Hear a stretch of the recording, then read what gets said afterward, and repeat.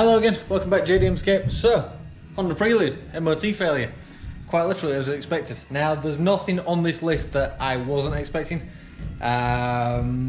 Give or take anyway.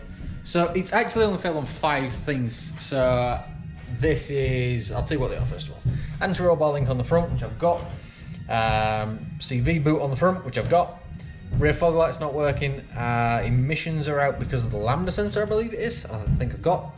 And the handbrake is no good, particularly on the passenger side, which again I've got because I knew about it. So I've got all those sorted out, and that is all it's failed on. That's not too bad, obviously. Bear in mind, if you've seen the previous videos on it, you'll know that I've done all the welding already, so there's nothing soft under there. It's all nice, decent steel. So I'm going to get the caliper off, get the rear fog lighting bits, and start looking at the other bits and pieces. Right then, rear caliper. As I suspected, that does absolutely nothing to the handbrake, so I've just took the fluid line off it and all the mounts, and then we've got this little factory style replacement there, which is second hand, but I'm told it's working, so that's a step up from what we've got here. There's that. The rear fog light, I'm not surprised at all that doesn't work because it looks like that. So I filled that with WD-40 for now, to try and at least get the bulb out. And then if we can get the bulb out, we can potentially clean up the reflector. Then we can potentially use it, which would be good. So I'm just fighting with the handbrake at the moment, the caliper, sorry. And if we can get the caliper off, swap the caliper over, clean the pads and the little areas around there up, and bleed it up and hopefully reassemble it, and hopefully that'll sort that out while WD-40 sets in over there. Wish me luck. There we go, got the caliper swapped over, fluid lines back on, handbrake cables on. I just need to bleed it up first and then test the handbrake, see if it's any better. There we go, reassembled and handbrake's on. Yep, that works. Miles better than last time. Right, now we'll move into the front corner on the driver's side. I think it's this side, and start looking at the CV boot, see what's wrong with it, and dig into that. Right then, that got quite out of hand. Because the CV boot's been split, there is grease everywhere, so I didn't want to pick the camera up while I was covering it, but now I have got the drive shaft out, and right there you can see the exact issue, the big hole in it. So now I've got to get the boot off, swap it over, and obviously reassemble it. So, quick update where we're at. I'm going to make this sound easy, but all I usually do with these is grind through the little clip. You can use sharp snippers if you want, but mine are a bit blunt. Grind through the clip that sits there, the one that sits there, Stanley blade, entirely up the boot, so you end up basically splitting the whole thing in half. And then get your new one. Oh, sorry. Once that's ready to come off, get the end of it, tap a little chiseling behind it, or a punch or something like that, and then it's literally a case of slide that back over there, which I'm not going to try and do with one hand. Slide that back on there, tap that back on, and you are pretty much in business. They're not the hardest thing to do. The hardest thing can be getting them out, and 9 times out of 10 on most cars, when you pull them out, or a certain amount, let's say, of the gear oil comes out as well, so you have to sort of pull that back in. But in this car, it's only had a couple of droplets come out, so we'll make sure it's all right before it goes back out, obviously, but that's where we're at. So I'm going to reassemble this, get it back in there, and I'll rejoin you at that point. Right, that one's all back together, drive shaft's back in, suspension's all back together, and that should all be all right now. Right, moving on, next job is the anti-roll bar link on this corner. Obviously everything's on separate corners, typically. That is the new one, so in theory it's just a case of undoing that, and taking it off, but chances are, since it's been on there so long, it probably won't come off that easy, because they never do. So I end up having to cut the old one off and then bolt the new one in. But let's get to it and see what happens. As I guessed, the old one did not want to play nice, so it had to be cut off. You can see it in there. That's the new one. That's the case you're just bolting that in there, and the old one is there. There's a bit there. There's another bit over there. There's a bit there. There was another bit that went somewhere, but as I suspected, it came off in pieces, so just going to bolt the new one in, and then that will be that done. There we go, a little bit of a pain, but it's in now. Annoying little thing to do, but oh my god.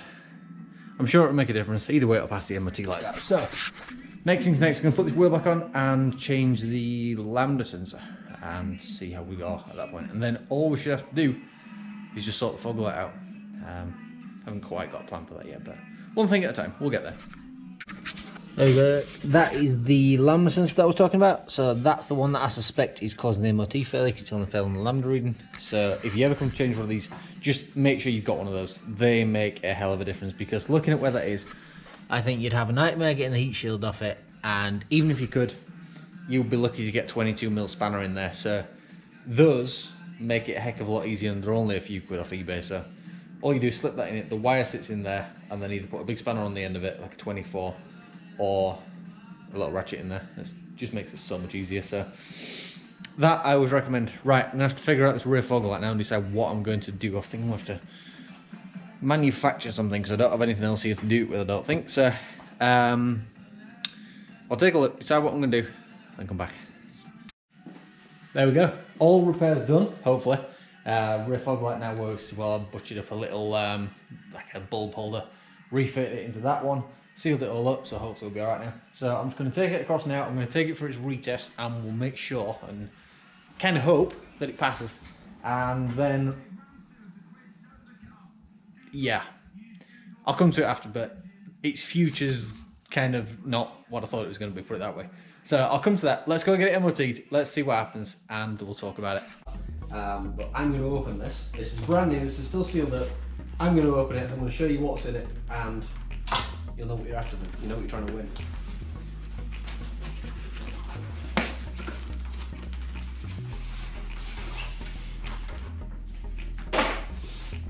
So obviously it all comes in quite a nice little bag. This is a nice little setup actually. I might just keep this for myself. I'm kidding. So we have Auto Glim's wheel protector. That's good stuff, that I like that. Interior shampoo, that's necessary, let's be honest. Vinyl and rubber care. Clean wheels. Instant tyre dressing. Fast glass cleaner. Extra gloss protection. It's a sealant. Oh, that's awesome. Like I said, this is the first time I've seen the contents of it, so I'm kind of just in there. And a super resin polish, which Auto Glim is really well known for. They've had those around for years. And then an actual shampoo and conditioner as well. So you've got literally like a full kit there, as well as obviously the bag to carry it all in. One big giant nice soft sponge, a couple of cloths. I'm not sure what that's for. Okay. Nice couple of cloths. All basically everything that you need as far as keeping your car clean and clean. Now,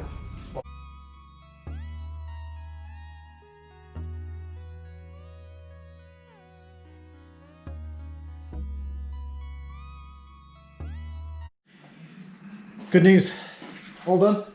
Passed its MOT. Quite happy at that. So I thought, it's just gone dark outside, literally just now.